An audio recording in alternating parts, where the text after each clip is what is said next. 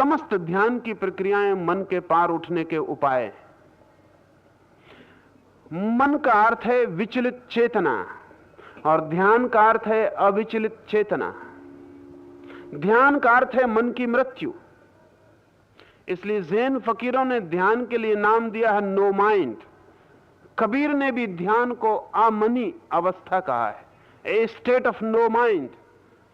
ध्यान का अर्थ है जहां मन न रह जाए, जहां मन न बचे, जहां कोई विकल्प ना हो, जहां कोई द्वंद्व ना हो। अगर एक क्षण को भी मैं इस आंतरिक समता को पा जाऊं जहां मन में कोई द्वंद्व ना हो, जहां कोई विपरीत भाव ना हो, जहां कोई कलह ना हो, कोई कॉन्फ्लिक्ट ना हो, एक क्षण को भी अगर ये समरसता भीतर आ जाए तो मैं निश्चय को उपलब्ध हुआ। उसी क्षण मुझे परमात्मा उपलब्ध हो जाए, उसी क्षण उसकी मुझे झलक मिल जाए, धागे की झलक मिल जाए मनकों के भीतर जो छिपा है। सूफी फकीर एक ध्यान का अभ्यास करते और करवाते हैं। पश्चिम में जॉर्ज गुरजिएफ ने भी उस ध्यान के प्रयोग को बहुत प्रचलित किया इस सदी में।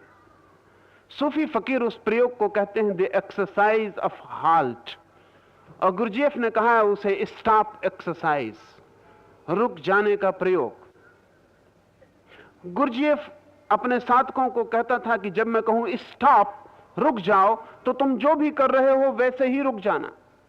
अगर तुम्हारा बायां पैर चलने के लिए ऊपर उठा हो तो वो वहीं ठहर जाए, अगर तुम्हारा ओंठ खुला हो बोलने के लिए तो वहीं रुक जाए, अगर तुम्हारी आंख खुली हो तो ठहर जाए। तुम फिर कुछ भी बदलाहट मत करना, वैसे ही रुक जाना। सूफी फकीर कहते हैं कि अगर एक क्षण को भी कोई पूर्णता से रुक जाए तो उसी पूर्णता के रुकावट के क्षण में, ठहरे होने के क्षण में, उस अगति में उसे निश्चय का अनुभव हो जाएगा। गुरजिएफ ये प्रयोग कर रहा था तिफलिस, रूस के एक छोटे से नगर में, एक नहर के पास पड़ाव डालकर अपने साधकों को पड़ा था। तंबू के भीतर बैठा था सुबह ही, और पास में ही नहर थी, लेकिन नहर बंद थी, पानी उसमें था नहीं। अचानक उसने चिल्ला के तंबू के भीतर से कहा स्टॉप, रुक जाओ। 3 साधक नहर को पार कर रहे थे, सूखी नहर को। वे वहीं रुक गए, जो साधक ऊपर थे वे ऊपर रुक गए, और तभी अचानक नहर किसी ने खोल दी, पानी आ गया। पानी को देखकर एक साधक ने सोचा कि गुरजिएफ तो भीतर है तंबू के, उसे क्या पता कि हम कहां फंस गए, अगर मैं रुका तो जान को खतरा है। लेकिन फिर भी वो जब तक गले तक पानी आया तब तक रुका रहा। गले के पानी ऊपर जाने लगा, वो छलांग लगा के बाहर निकल गया। दूसरे साधक ने सोचा कि और थोड़ी देर रुकूं, शायद गुरजिएफ आज्ञा दे दे। लेकिन जब नाक भी पानी में डूबने लगी तो उसने सोचा कि अब पागलपन है, हम यहां ध्यान सीखने आए, कोई जान गंवाने नहीं।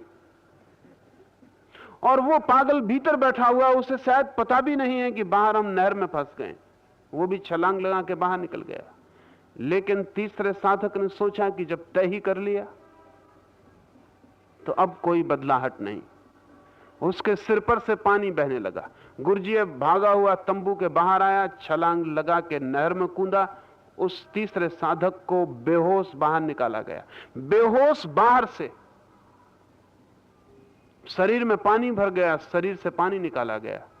लेकिन जैसे ही उसका शरीर होश में आया, उस व्यक्ति ने गुरजिएफ के चरणों में सिर रख दिया और उसने कहा कि अब मुझे सीखने को कुछ भी नहीं बचा, मैंने जान लिया। गुरजिएफ ने कहा कि इन सब शेष को भी कह दो कि तुमने क्या जाना।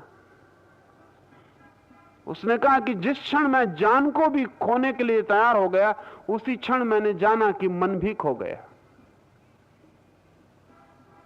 जब तक मेरे मन में जरा सा भी द्वंद्व था कि निकल जाऊं या रुकूं, तब तक मन था, तब तक भीतर कोई चीज चल रही थी, गति थी, विचार थे, हलन चलन था।